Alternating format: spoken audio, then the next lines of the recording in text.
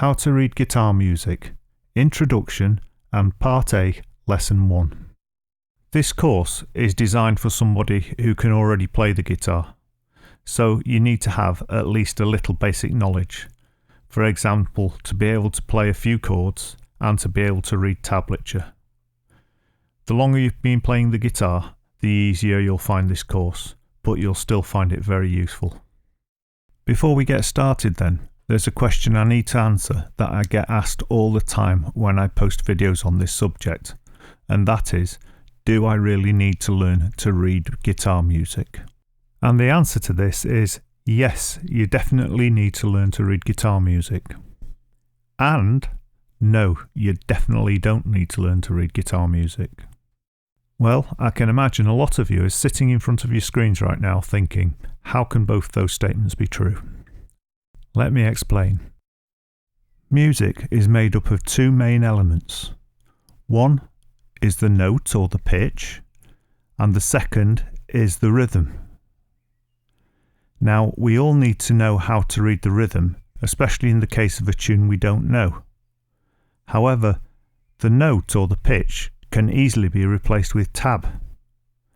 And there's another complication. And the best way for me to explain this is to show you an example. Here we have the treble clef stave. The stave is made up of 5 lines and 4 spaces. And each line and space represents a note, or to be more clear, a pitch.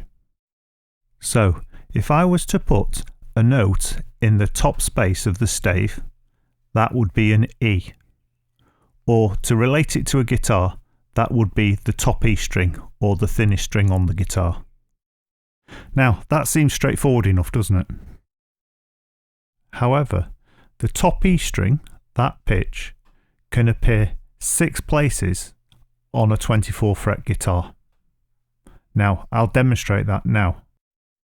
Obviously, as I've just stated, it appears as the open top E string, but then it appears as the 5th fret on the B string, the 9th fret on the G string, the 14th fret on the D string, the 19th fret on the A string, and the 24th fret on the bottom E string.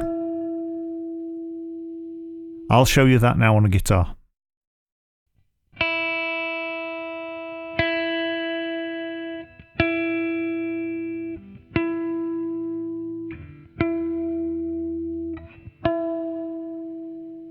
And here it is again.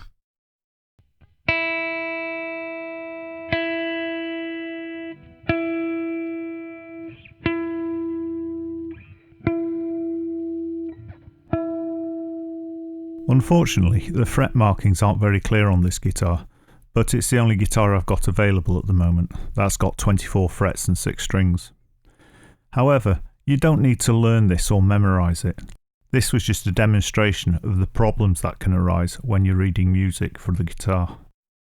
Hopefully you can see the problem now. That E on the stave can mean 6 different places on your guitar. Now you can supplement the music so it tells you which position on the guitar you're supposed to play. However, this just complicates reading the music and makes it slower and more difficult to do. Therefore, it makes far more sense to read what frets you're supposed to be playing from tablature. Unfortunately though, you can't read the rhythm from the tablature, and this means you have to learn to read rhythms. And even if you don't think you need it now, if you're serious about playing the guitar, you will do eventually. And because of this, I've broken the course down into 2 parts, Part A and Part B. Part A will be purely about the rhythms, and Part B will be purely about the notes. And if I'm completely honest, you really need to look at Part A and get your head around that, but Part B, I'll leave that to your discretion, because some people might like to read music and some people might have something in mind. However, generally, you don't really need it. Okay, let's get started with Part A, Lesson 1. The beginning of the stave. At the beginning of the stave, we have the treble clef, and we'll be using the treble clef throughout this course. There are several clefs, and for each clef the lines and the spaces mean something completely different, so stick with the treble clef for the time being, otherwise you'll just get confused. The next element is the key signature, and this is made up of a number of sharps or flats or none, and this tells us what scale the tune is based around and how we should play the notes.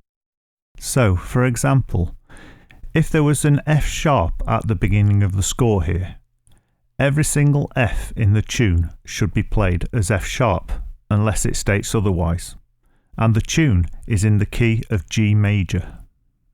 The ebook to accompany this course is available at www.ebooksforguitar.com, and it's completely free, and in there we've got a list of all the key signatures and how many sharps and flats are in them. For this particular lesson, any exercises we're doing will be in the key of C, which means they've got no sharps and flats, and this is just for simplicity's sake. The next element in the stave then is the time signature, and the time signature consists of two numbers, one on top of the other, and the only one we're concerned with for the moment is the top number. And this tune is in 4/4 time, and the top number is a 4, so that's how many beats we count per bar. We'll look at the second number, or the bottom number, as we go through the course, and it will become clear then what it means. The next element you'll see on the score is the bar lines, and we'll see these at regular intervals throughout the music, and these help us measure out the rhythm, and each bar has a set measure of time. In this case, because we were talking about 4/4 time, each bar will be measured 1, 2, 3, 4, end of bar. However, when you're learning the music or playing the music, there is no stop, no pause, it has to be continuous. So it'll go 1, 2, 3, 4, 1, 2, 3, 4, etc. When you're learning rhythms, something that's really important, and everyone out there should download one or buy one or get one from somewhere, and that's a metronome. There's loads and loads of free metronome apps on the internet, on mobile phones, Apple and Android. There's no excuse. Without metronome, there's no guarantee you'll get the rhythm right. Just in case you find it useful, at the end of this video I'll record some metronome beats for you to practice with. Let's take a look at our first note shape, and this is the semibreve, and we can recognise it because it's hollow and it doesn't have a tail, and it represents 4 beats. The semibreve rest is a small block that hangs off the line above the centre line. This is the D line, and this represents 4 beats of silence. To demonstrate a semibreve, I'll play 4 E minor chords with a metronome at 90 beats per minute. Before I start, there'll be 2 bars with just the metronome in case you want to play along.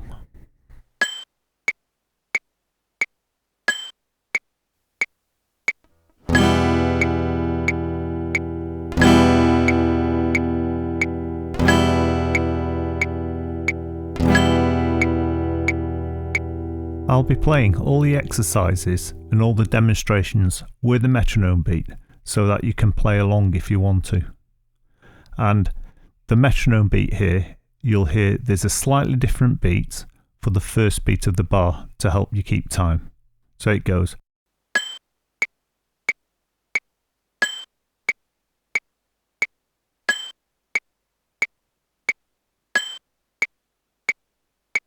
I realise that for some students you might find these beats too slow or patronising. However, bear with it, as we go through the course it gets harder, and it is important you learn to stick with the beat no matter what the speed. Exercise 1. And we're going to play this exercise using chords, and the names of the chords you can see written above the score. In the music you'll notice the semibreves, but you might also notice I've laid them out onto the notes which represent the chords. Now this is simplified because in the real music you'd have every note within the chord. However, just so you get used to seeing them on the correct lines, I've placed each semibreve on the appropriate line. So for example, when you see an E minor, the semibreve will be on the E line.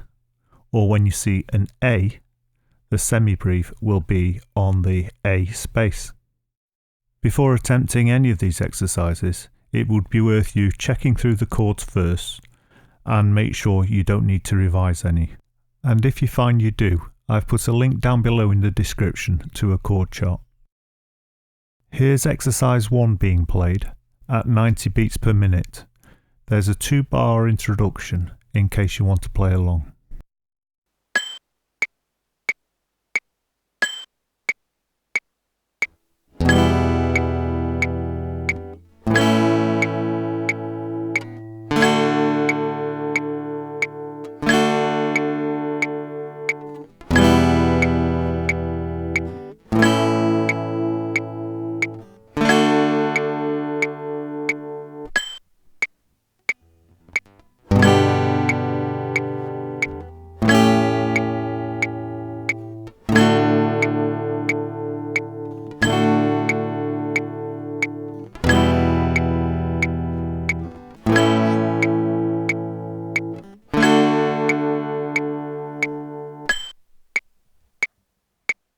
Here's that exercise again, and if you can, play along. And remember, when you see a rest, the guitar should be silent.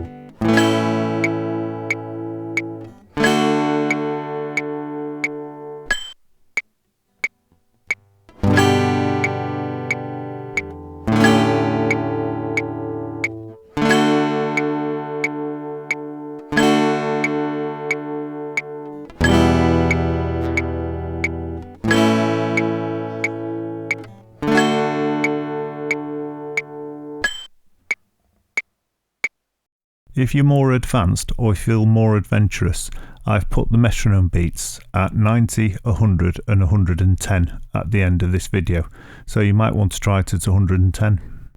But remember, whether you're playing at 90 or 110 beats per minute, you should try to make the chord last for as long as you can.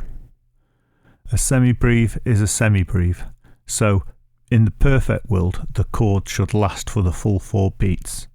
However, you do need to allow yourself some time to change chords, but that needs to be as small a time as you possibly can. Just in case you are feeling brave, here's exercise 1 at 110 beats per minute.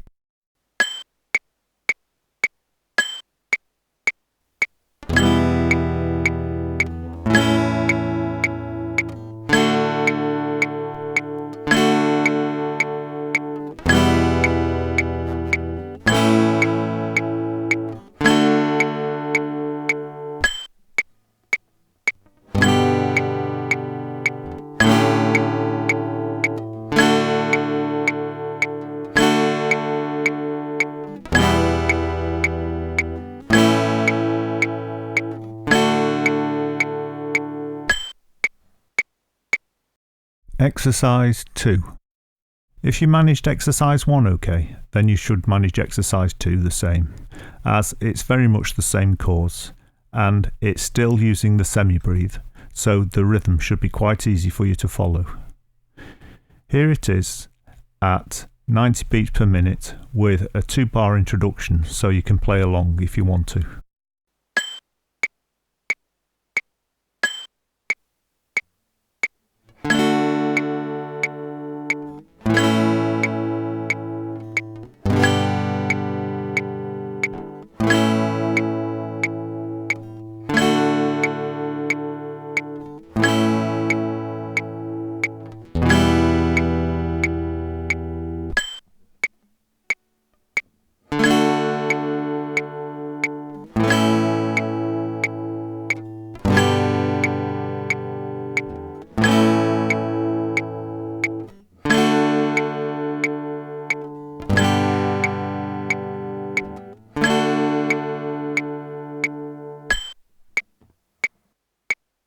Here it is again, so you can try and play along with it if you can.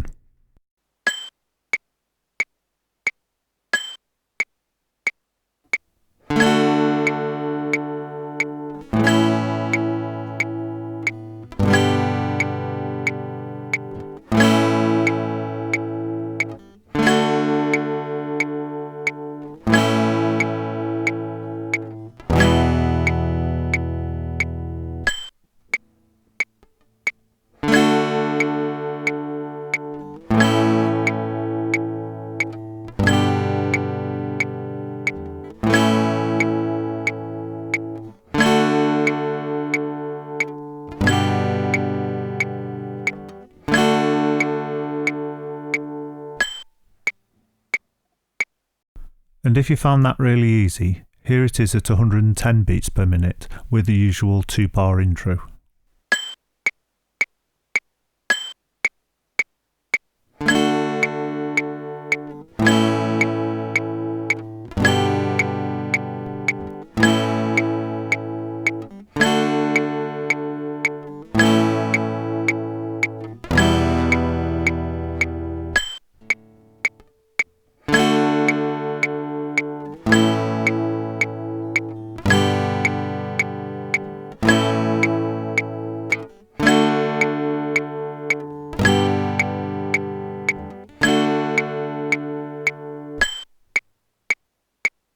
Exercise 3. Exercise 3 is something a little different. You'll notice we've still got the notes with the semibreves, but this time we've got the tablature underneath and we've got no chords. So what we want to do for this exercise is try to play the tablature with the correct rhythm. Just try the notes first before you try to bring it together with a metronome. But here it is with the metronome anyway at 90 beats per minute, and with the usual 2 bars intro in case you want to play along.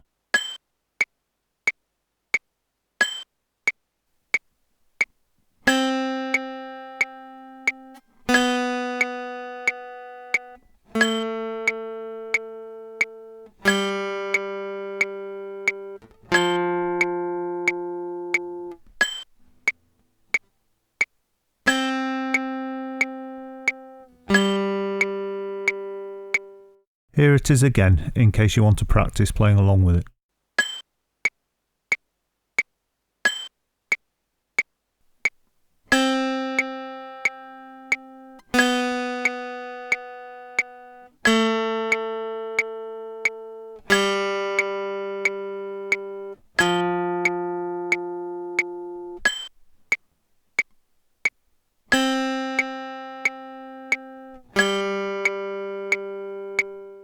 For this exercise, if you want to try it with a faster metronome beat, just pause the video here and try it with a metronome and then come back.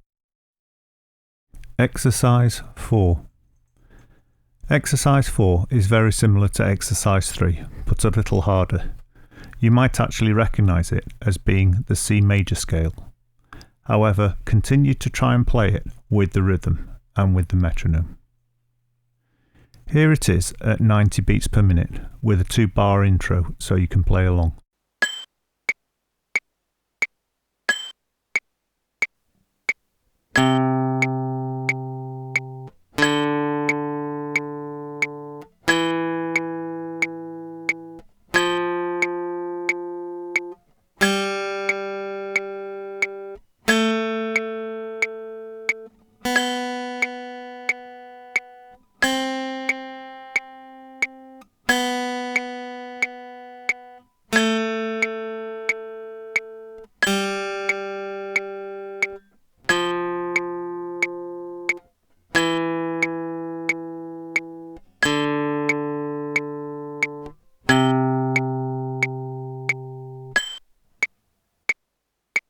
And here it is again in case you want to practice playing along.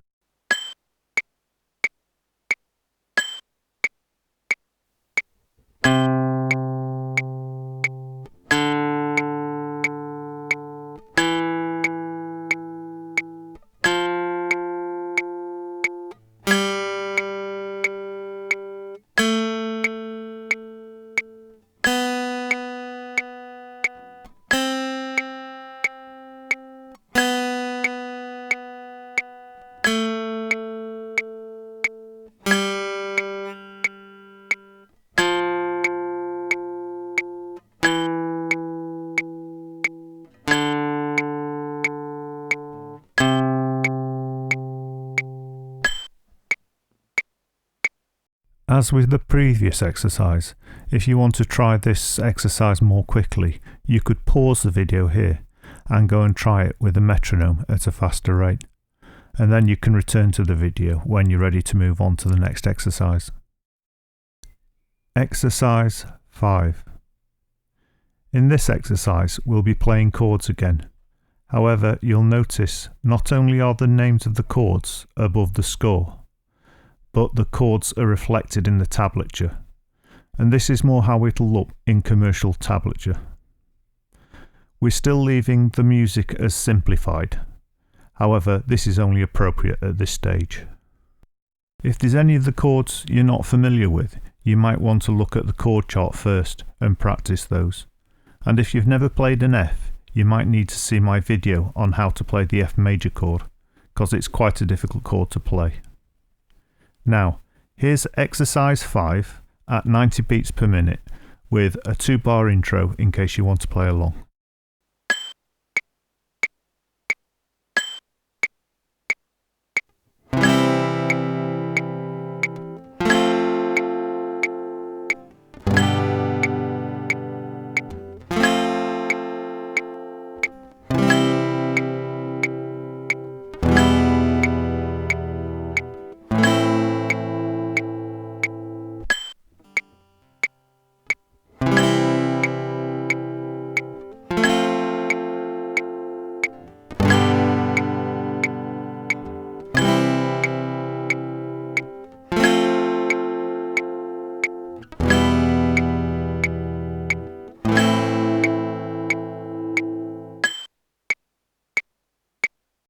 And here it is again at 90 beats per minute, so you can practice playing along.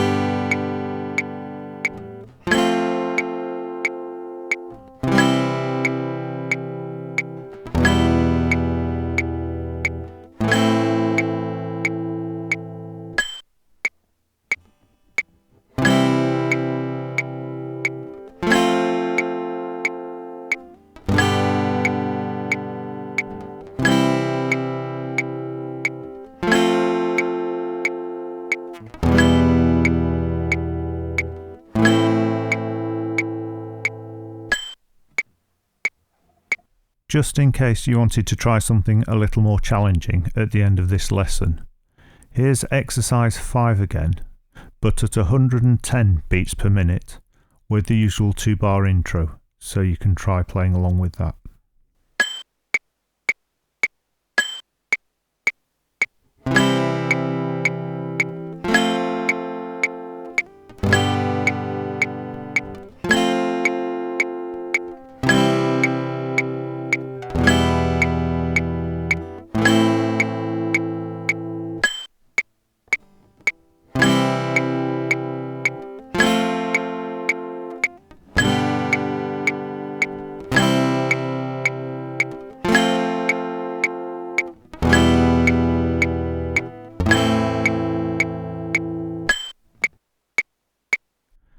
Because I'm going to end this video with a series of metronome beats, I'll do my sign off now.